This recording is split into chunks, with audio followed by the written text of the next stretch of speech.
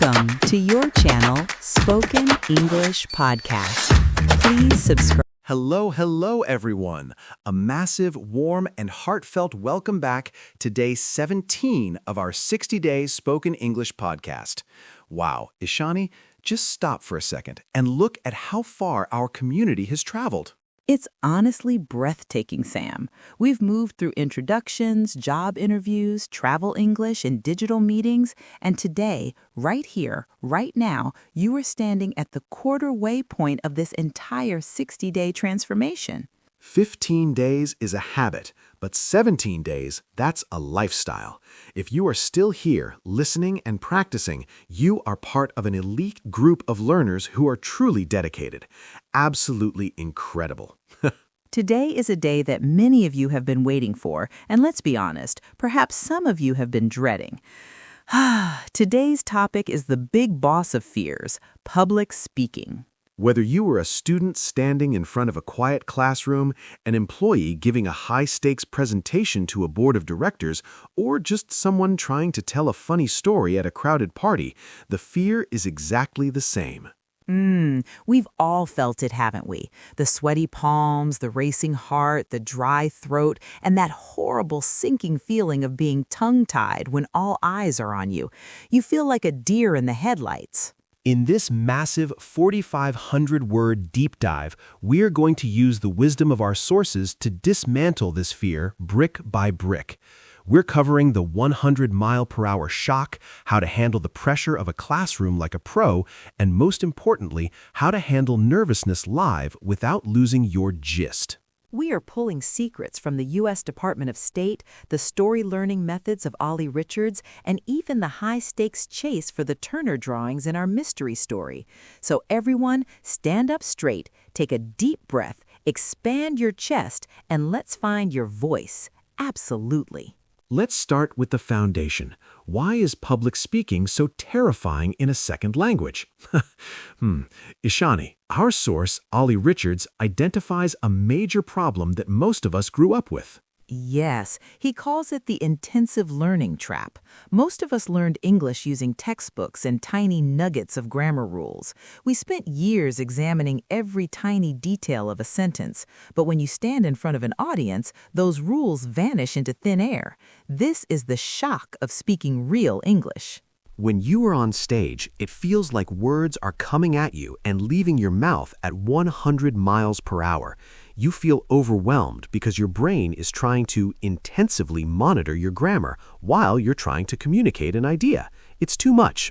The solution isn't more grammar, it's extensive learning. Wow, let's look at the difference. Intensive learning is what you did in school, worrying about every S at the end of a verb. This creates a perfectionist trap. You worry so much about making a mistake that you stop speaking altogether. But extensive learning is about treating English as content to be enjoyed and shared. When you speak in public, your goal is not perfection, it's the gist. Absolutely. Speaking for gist means asking yourself, can my audience follow the main idea of what I'm saying? If they can understand the heart of your message, you have succeeded. You can communicate a massive amount of value using gist alone. If you hit a difficult word or a complex sentence structure while you're speaking, don't worry. Don't stop to fix it for 5 minutes. Keep calm and carry on. Let's look at the character of Natalie in our story. She's described as very observant and curious. In public speaking, curiosity is actually your best friend. Instead of being afraid of the audience, be curious about them. Are they following your gist? Are they nodding? As our sources suggest, the feeling of "I don't understand" or "I made a mistake" is normal, even for native speakers. If you stumble on stage, don't spend the next 5 minutes trying to decode it in your head. Skipping a difficult passage or a small mistake is actually a mature approach. It allows you to maintain the momentum. Remember, your audience wants you to finish the story. They don't care about your prepositions as much as you do. Wow, isn't it amazing how much pressure disappears when you give yourself permission to be imperfect? It really does. Now, let's get practical. Imagine you are at a university, like Natalie at Oxford. You have to stand in front of a professor and your peers to explain a complex topic, maybe the history of art or the work of William Turner. Let's look at the dialogue between James, Emma, and Professor Austen. James starts with a formal greeting. "Good morning, Professor Austen. How are you doing?" Notice how he uses the name and the title. It sets a professional tone immediately. When you are speaking in a classroom or a meeting, you need to use "I'd like" instead of "I want." It's a subtle shift, but it changes how the audience perceives your authority. For example, "I'd like to talk about Turner's influence today," or "I'd like to introduce a new perspective on this project." It sounds polished. Sam, tell them about the syllable stress rule from day 12. This is huge for public speaking. If you are an economist and stand on stage and say "economist" with the wrong stress, the audience might lose the gist because the word sounds foreign to them. You must say "economist" with the stress on the second syllable. If you say it right, you sound like an expert. If you say it wrong, people get distracted. In a classroom, you might be asked a question you didn't expect. This is where most people panic. Don't panic. Use the word "well" as an introductory word to buy yourself 3 seconds of thinking time. Draw it out. "Well," while your brain finds the next sentence. It's a natural filler that makes you look thoughtful, not confused. And if you're asked about something recent, use the word "just" to show the action is complete. "I just finished reading an article on that very topic." Wow, did you notice how Professor Austen responds to Emma? "It's a pleasure to meet you. I'm more than happy to speak with you." Most audiences actually want you to succeed. When you receive a compliment after a speech, accept it with grace, like Elena did. That's very kind of you. Or you can downplay it slightly. "Oh, I wasn't that good, but I'm glad you enjoyed it." Absolutely. The classroom or the office is just a training ground. Use phrases like "good point" when someone asks a question. It builds a bridge between you and the audience. It's not a lecture, it's a conversation. Exactly. Now it's time for our high-stakes role play. We're going to look at how to stay calm when things get intense. Let's look at the chase in Camden Market from our story. Natalie and Alice are following the man in the hat.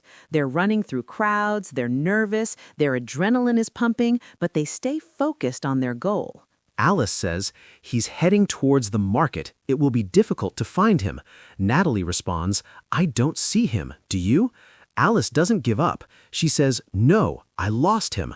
I know. Let's go to the terrace. From up there, we will be able to see better." Wow, look at that logic. When you're nervous on stage and you lose your place, which happens to everyone, do what Alice did. Find a new perspective.